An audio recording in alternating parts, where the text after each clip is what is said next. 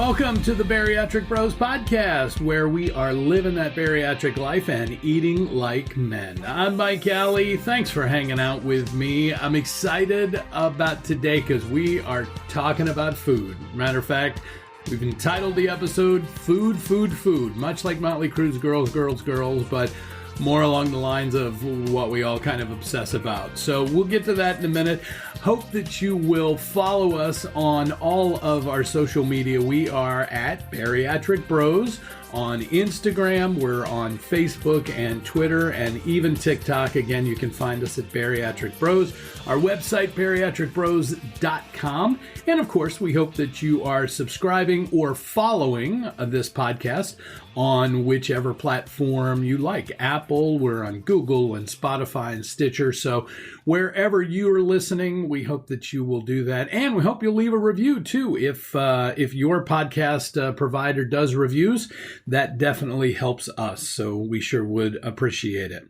So, hey, I want you to hang out, if you will, towards the end of the podcast today, because I'm going to tell you about something that I'm very excited about, something we're going to do as a community here at Bariatric Bros to help others. And we hope that you can be a part of it. We'll tell you at the end of the podcast today. We're also going to be taking our first visit to the Bariatric Bros Test Kitchen. We'll be trying some new snacks, and do they pass that Bariatric Bros taste test? We shall see. Food, food, food. It's why we're here. It's why you're listening. I mean, it may be you've had bariatric surgery. Most likely it's because of our relationship with food and how we've dealt with it over the years. A coworker once told me that the way I described food is the way someone else would describe a piece of art. It's the way that you talk about the texture and the taste and the nuances of the flavors, the color, the plating. And that's when I realized that, yeah, I'm a foodie. It's my hobby. It's a passion.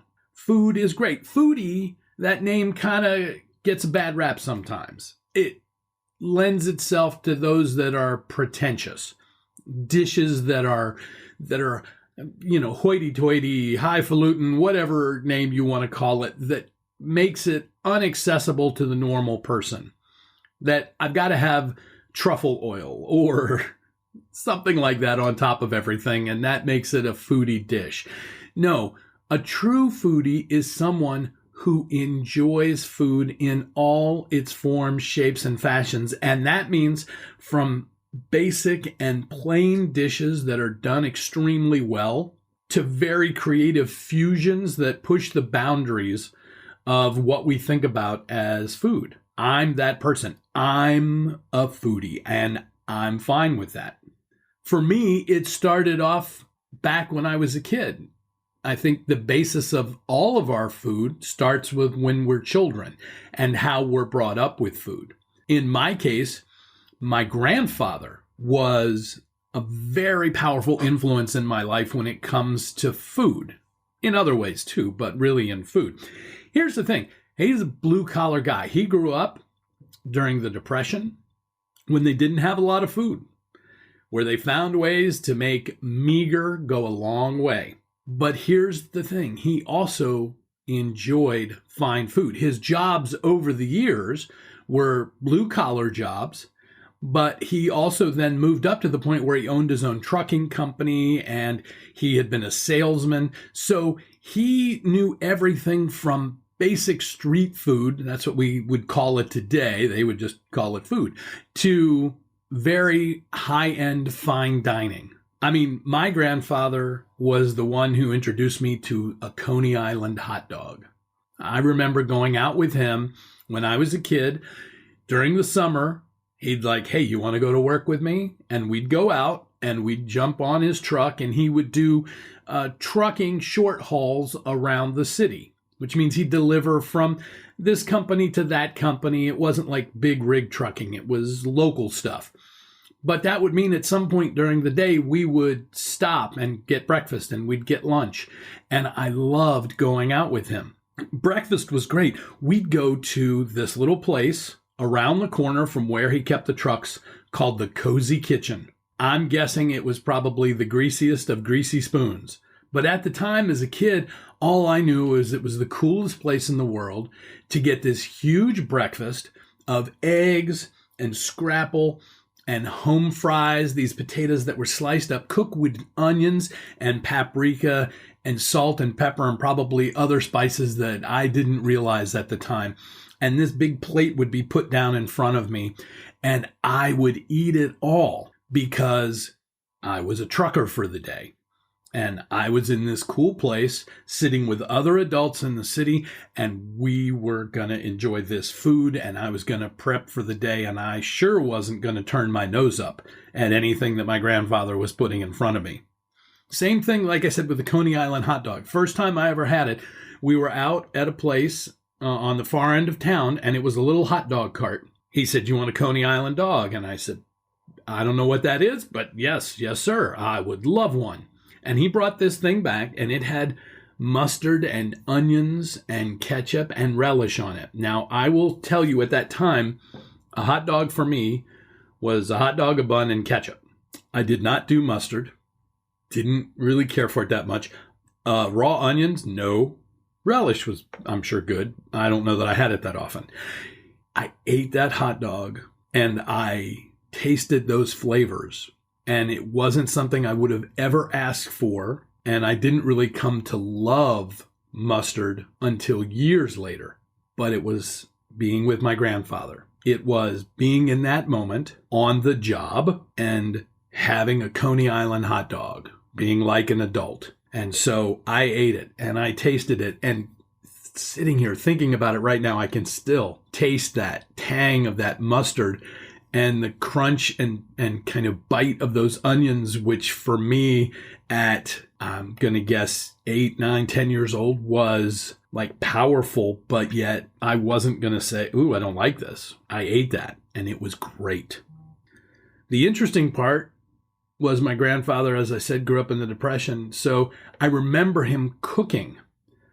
I remember him cooking tripe, which is basically cow intestine. Now, I must admit, I never liked tripe, but he grew up with that. So that was something he cooked. I remember him cooking all the time at my grandparents' place. My grandmother cooked as well. And we always had fresh vegetables and summertime, Maryland tomatoes and corn, steamed crabs. I mean, it was amazing. But I always remember my grandfather cooking as well. He had amazing dishes that he made. But he also knew a great steak. From being a salesperson at a trucking company and having to take high-end clients out, he knew about fine dining. And I will also remember getting dressed up with him because we were going to a nice restaurant. And you'd get dressed up to go to a nice restaurant, and you'd put on a clean pair of slacks and a dress shirt and maybe even sometimes a jacket. And we'd go to a nice restaurant, and that's the first time I would have some seafood beyond just like steamed crabs or crab soup. It would be like a nice piece of fish or a steak or ham, roasted ham. And I remember being fancy and it being a very special occasion. And I knew that, and I internalized that this was something special. It all revolved around food. My mother and my father were also very important because they, being younger, were also introducing me to things like Chinese food. I mean, that was amazing. We'd go to this place. And again, it's not like today where there's a carryout on every corner. This was, you were going to the Chinese restaurant. And it was white linens, cool little cups with Chinese symbols on them for hot tea. Amazing food that we only got every once in a while back then. All of my younger years developed these passions for different foods. And that has carried on into my years of saying, well, I loved this and I loved that and I loved when I tried this. So let me be open to trying something else. Also in my life, that was family. The Sunday dinners at my grandparents' house was a table filled with food, hours of cooking, and then anywhere from 5 to 10 people sitting around a table for a few hours, enjoying each other's company, talking about the news of the week and other relatives while enjoying food together. It's so a part of my life. So much good can come out of a relationship with food. So is it any wonder that we go there when we need comfort? But here's the thing. At some point, the idea of food as the enemy is introduced into your life. In my case, I have the genetics of a fat guy. Yep. I mean, if you look at my dad's side of the family, they are all, men, women, all of them alike, heavy people and have been for many generations. And that made me a heavy kid. At some point, I'm going to say, I guess around 10 years old, my mother, when she listens to this, will probably correct me. I went on my first diet prescribed by my pediatrician. Now, I'm sure it's different these days, but back then it was very yes or no. This was good, that wasn't good, and don't eat too much. It just felt very restrictive. It's not the way you change the mindset for a kid about how they deal with food. I'm glad I went through it because it's brought me to who I am today. I don't look back and regret the things that have happened in my past because it has made me who I am. But I do see those things now as being key points to how I dealt with food over the years. Everything back then was over-sugared and over-salted, packaged and convenient. I mean, this was that time coming out of the 60s and into the 70s. The family, we're on the go. We're busy. We're doing our things. We need convenience. We need food that we can eat quickly because, hey, mom's starting to work now, in addition to dad working in the regular household, and the kids are on the go. And hey, there's this cool thing that cooks food in minutes called a microwave. I mean, I remember when the first one came to the house, it was like, what? We only heated water for a few years, but you started to learn how to cook with this thing, and it was about how do we get it fast? How do we get it quick? Anything diet back then when I was a kid that was sugar-free, whatever, it tasted like death. It was not good. I remember trying diet soda back then. I remember trying things that didn't have any sugar or whatever because, oh, well, if I can do this, I can eat as many of these as I want because there's no sugar or it's diet, except it tasted awful. Now we're in a constant war from this point on with the thing that we've learned to love. And most of us gave in to that love and the weight piled on. We lost the war. Matter of fact, we might not have even fought. We might just have said, hey, you know what? I don't care. I'm eating this. And even as the medical world sent out new and improved guidelines on what and how we should eat, well, that just messed us up even more. More fiber, less fat, more fruit, less fruit, zero cholesterol. Cholesterol doesn't matter. Low carb, no, low glycemic, high fat, high protein. Is it any wonder that some of us get depressed, sad, even suicidal over food? When the so-called experts can't even agree, how are we supposed to be able to deal with that? There's a whole lot of money in the food, medicine, and self-help industry. And if you want to go down that kind of conspiracy theory rabbit hole, then you've got Netflix and YouTube that you can, go and spend your time doing that. We're not going to do that. What happened with me is instead of waging a war on food, food became my mistress. It was no secret I was a big guy, but not many people saw me eat like one. I became an expert at hiding my rendezvous with food. Stash some snacks in my desk, run out for some errands, and hit the drive-thru for a big burger. Oh, and one of my favorites, getting takeout for my family and ordering an extra item or two and then eating it before I get back to the house. Did you try that? Have you done that? I was an expert at how fast I could eat that.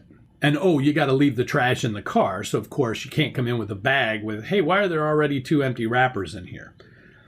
I was good. I could down a cheeseburger or burrito in about 4 minutes between the fast food place and our house.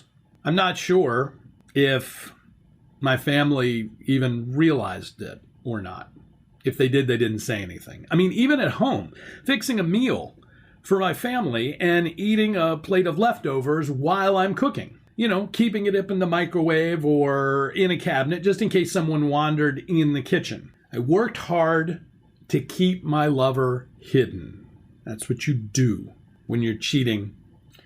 It wasn't hard to see the toxic effect of this affair on the outside of my body. But until the secret came to light with my high blood pressure, I didn't want to change it.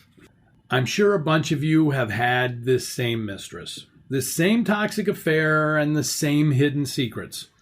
But this is not about where we've been, but where we're going. I'm now a year post-op. I've lost 140 pounds, and my life has changed. But one thing hasn't. I still love food. I mean, how can you not? It's so good, right?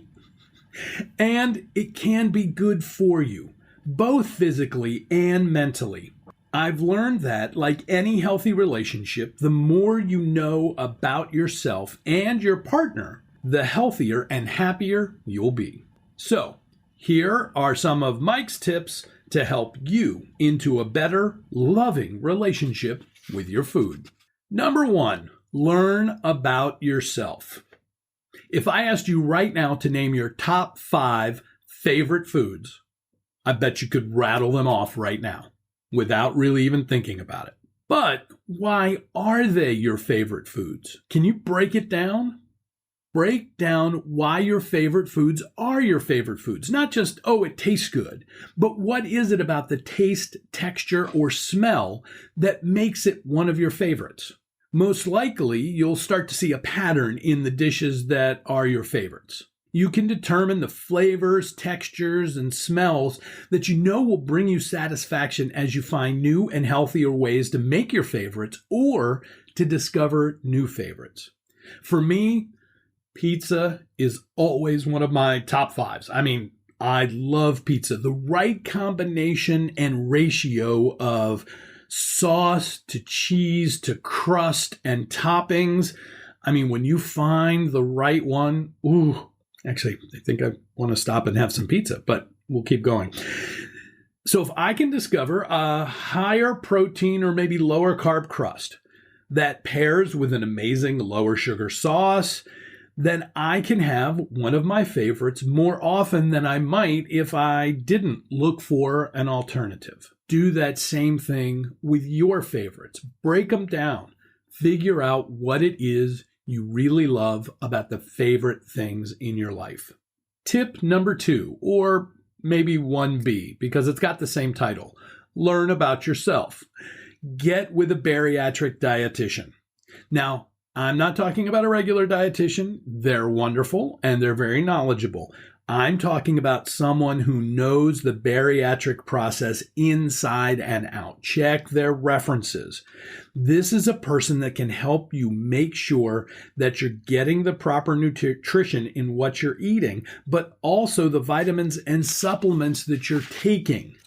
Nothing against your surgeon or your regular doc, but a bariatric dietitian can also spend time with you, help you map out a food plan that incorporates your favorites and a variety so you don't get bored. Talk to them about the stuff in tip 1, breaking down your favorites and why you like what you like. Explain it to them and ask them to help you incorporate that. And maybe they have some great alternatives or suggestions to help you find some new favorites. Tip number 3, cook if you can. Now, I love to cook. I love playing with my favorite flavors and spices and putting together something delish. It is pure pleasure for me. I really, really enjoy it. And there are so many wonderful folks on social media now sharing amazing recipes and videos that aren't hard for you to accomplish, even if you're a beginning cook. As a matter of fact, in the show notes, I'm going to go ahead and put a couple of my favorite websites and social media links to folks who really do it well. And hopefully you'll find a few new favorites in there as well. One of the benefits of cooking for yourself is to be able to adjust things exactly to your taste. So in your case, if you need something that maybe is a little bit lower salt, well, then you can adjust that recipe to lower salt. You can adjust a particular spice palette. I cannot do cilantro. I am one of those people whose cilantro tastes like soap. Any recipe with cilantro, boom, it comes out. I love Asian flavor, so I love playing with all kinds of different Asian spices and marinades in dishes. And I've come upon a couple of different marinades. As a matter of fact, if you go to the Bariatric Bros Instagram, my air fryer roast pork recipe is there with the marinade that I make because I love it. It's delicious. And I hope maybe you will too. I recommend starting a notes section on your phone or on your computer, or if you're old school, man, grab yourself a notebook. Keep the recipes that you're find that I can't tell you how many times I have said, oh, that looks amazing. I'm going to come back to that later because I'm in the middle of something else, and then I can't find it. Now, what if you're not a cook, or you really don't like cooking, or maybe you just don't have the time in your life? Well, thankfully, now there's so many choices for higher protein, healthy foods out there that you can find. What you got to do, though, with this is you've got to become an expert at reading labels. Looking at a quick glance when you're shopping or online to know if this is a good dish for you. How do the calories, the carbs, the fats, and the protein all fit into your specific plan? Again, this is another area where a great bariatric dietitian can help you. Tip number 4, be prepared. Meal prep is huge in the bariatric world. Some of us are really great at it, and others, well, it's a nice idea, but hard to accomplish on a regular basis. Here's my take. If you can, great. It's going to help you save time and save money if you can cook and prep it all into nice little containers for you every single week. Good on you. I'm not that organized, and I'll never will be. Plus, I also am into much more variety. That's the foodie side of me. So making 10, 12, or 14 of the same food or same kind of meal, that's not going to work for me on a regular basis. However, I do believe that you should be meal prepared.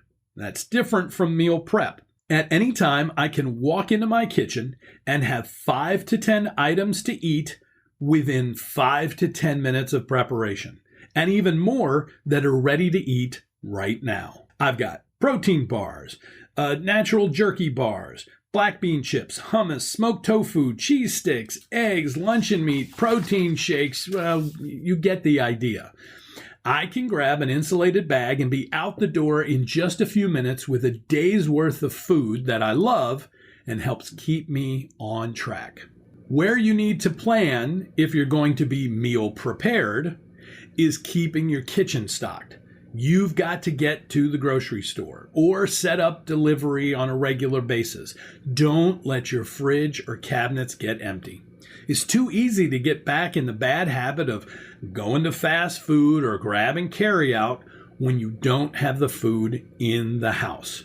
And now it's too easy with online ordering and quick pickup at grocery stores and delivery to not be fully stocked in your house. Tip number 5, never say never.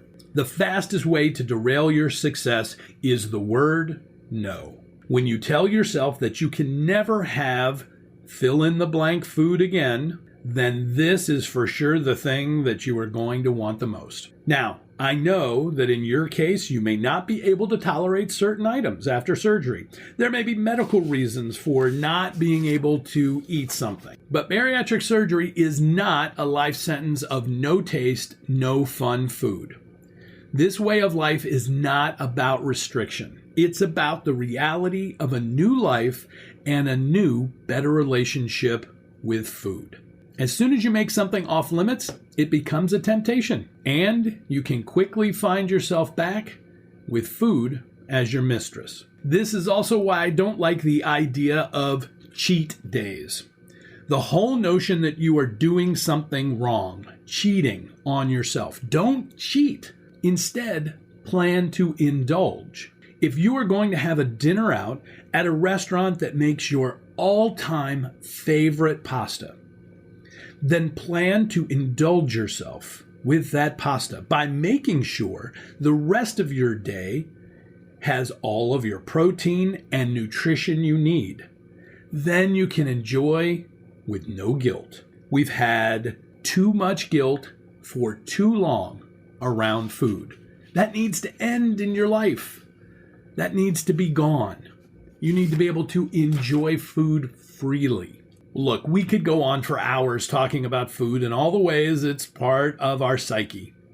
I hope these last 5 tips will help you take your relationship with food to a healthier and happier place. And I want you to realize that you are never alone in this. We've all struggled with this relationship. If you've got a tip for someone, or maybe you're struggling right now and you just need an ear, you just need to get it out, you can email us. We're at bariatricbros@gmail.com.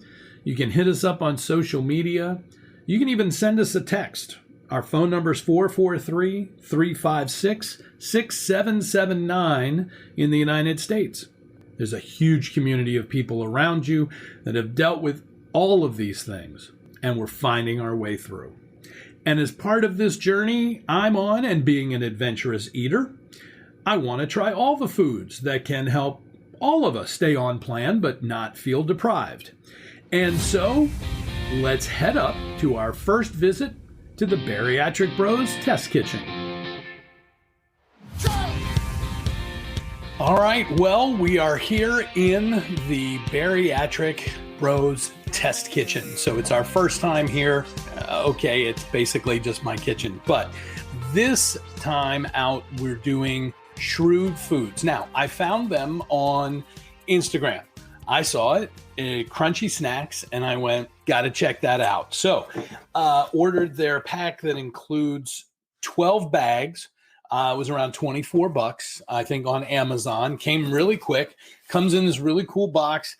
High protein, crunchy, and convenient is their watchwords. It also comes with this little paper that is kind of like a little ad for all of the snacks that come in here. Crunchy like a carb, not have to sacrifice. Great taste for low carbs, non-GMO, gluten-free, low fat. Just so you know, that's what they're doing. But you can have all of this, but if it doesn't taste good, you know, what's the point, right? So these are all protein puffs.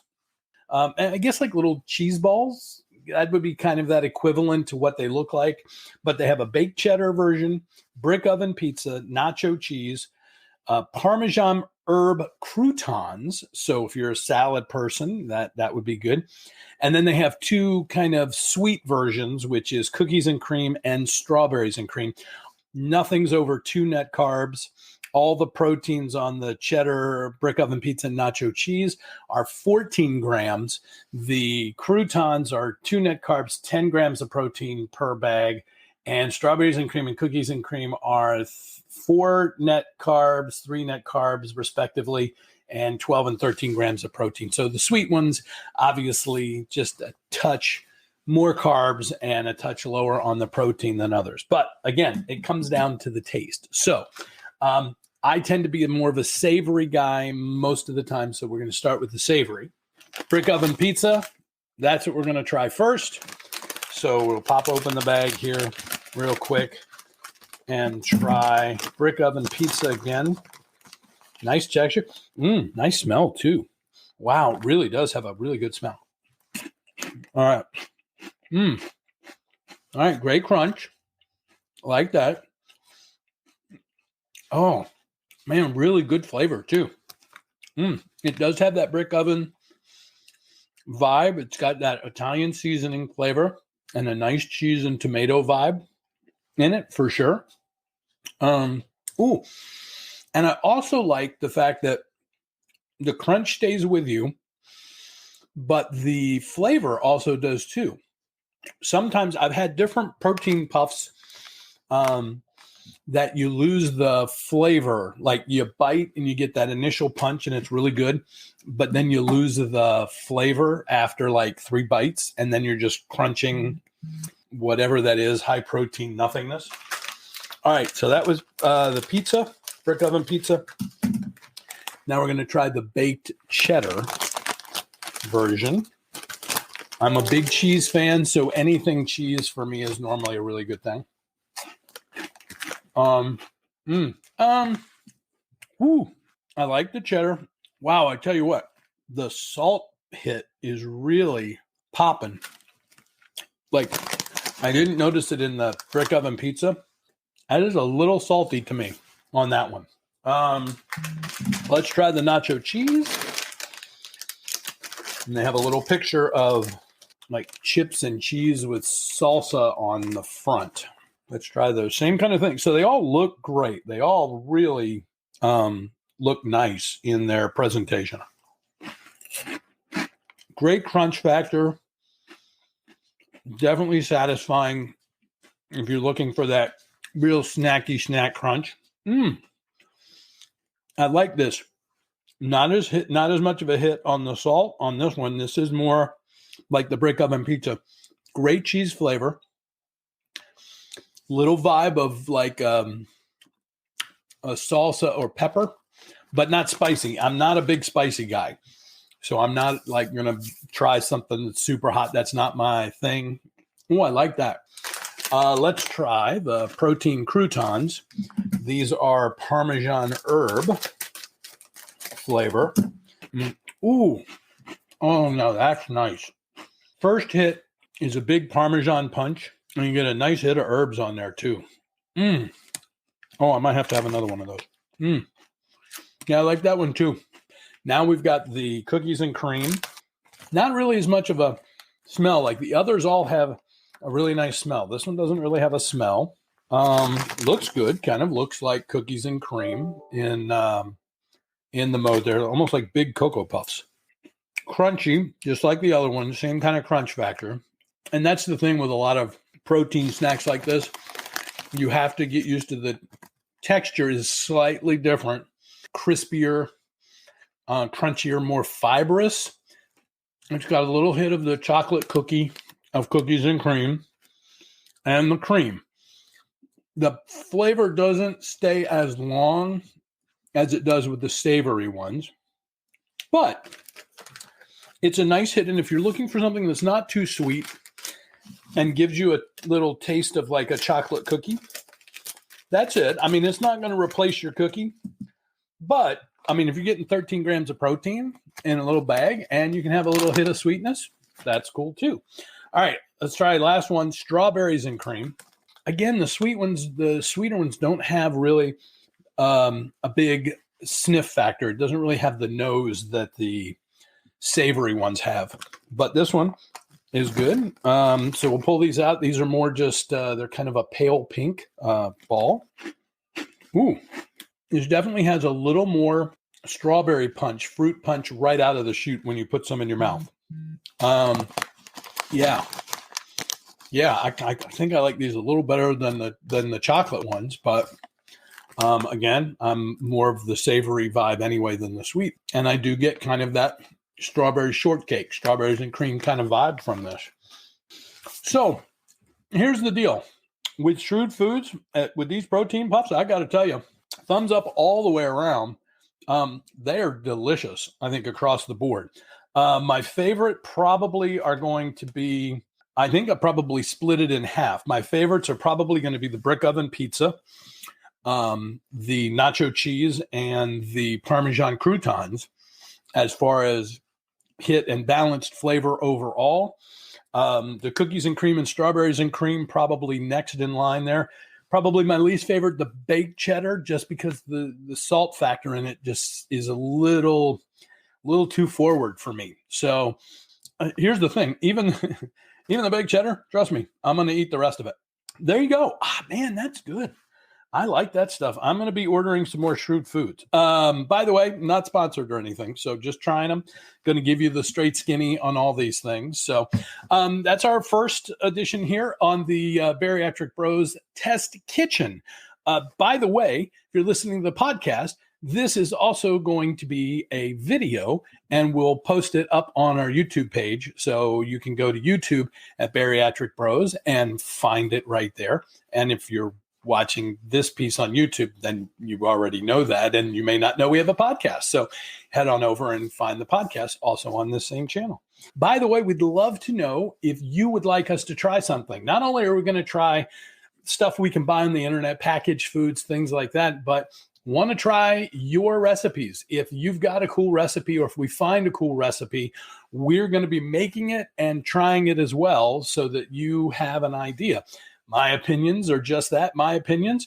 You may try some of these things and think that's not good, or it's really good, but I'm hopefully going to give you at least my years of eating lots of good food experience and all of these things. And hopefully that will help you guide your way on some of these special items to help us keep living that bariatric life and eating like men. Well, before our time is done today, I want to tell you about something cool that we are doing at Bariatric Bros, and that is partnering with the folks from Walk from Obesity. This is a nationwide walk in the United States that happens on September 26th to help raise money for a great foundation that reaches out and helps those with obesity in the United States. They reach out to help others who need help with money, with procedures, the education, and literally just bringing the cause of the disease of obesity to the forefront, to let folks know how dangerous this disease really is. And it's not just oh, you're eating too much. It really is a disease that causes death, that costs millions and millions, hundreds of millions of dollars each year to the medical community to treat folks. And so we want to help. So we have put a team together. It's the Bariatric Bros Podcast Walkers team, and we'd love for you to be a part of it. So here's the thing, of course, it's going to be a virtual walk this year. Now, you've got to walk, but you're going to do it on your own, in your own time, by the 26th of September. We'd love it if you could raise some money to help with this. There's some prizes and all kinds of cool things involved as well. But we'd love for you to join our team with the Bariatric Bros Podcast Walkers. We've got details and links in our show notes, so you can do that. You can also just go to the Walk from Obesity website and click on register. And when it asks you about joining a team, just search for the Bariatric Bros Podcast Walkers team and join us there. But we are going to have a good time. We're going to talk a little bit more about this in the upcoming weeks, but we're excited about doing this and giving back in a real way to those who have helped us get where we are now. That's it for this episode. I want to thank you so much for being here and being a part of what we're doing every week, and being a part of now the worldwide audience. We're in now 10 countries. Folks are listening. Thank you so much. We really would love to hear from you. We are on all the social media at Bariatric Bros. We can hit our website at bariatricbros.com. We've got a YouTube page now too. So if for some reason you can't follow the podcast on a particular app, you can also share the YouTube. We've got the full podcast up on YouTube and other great content that's coming there soon. As I said earlier, we really would love to hear from you. You can email us at any time, bariatricbros@gmail.com, and you can text us, 443-356-6779. And if you've got a comment or a question, you just want to say hi, shoot us a text there. Again, that's a United States number, so it's a +1 if you're out of the country, but we'd love to hear from you. Of course, we'd love for you to subscribe or follow the podcast, depending on what app you're listening to us on right now. And if your app like Apple Podcasts or Google has a ratings feature, would you please take a minute and just leave us a little rating? You know, give us a 5-star and maybe say a couple of cool words about it. But the biggest way that you can help is to share this. Spread the word. Let others know about the Bariatric Bros podcast. We'd love more people to listen so that we can just help more people. That's what we're here for. I'm really excited about our upcoming episodes. We have been talking to some of our bariatric bros, and we've got some great pieces coming up where you're going to hear some cool stories and some guys who are just living that bariatric life and eating like men. I'm Mike Alley, and I can't wait to talk to you next time here on the Bariatric Bros podcast. You take care.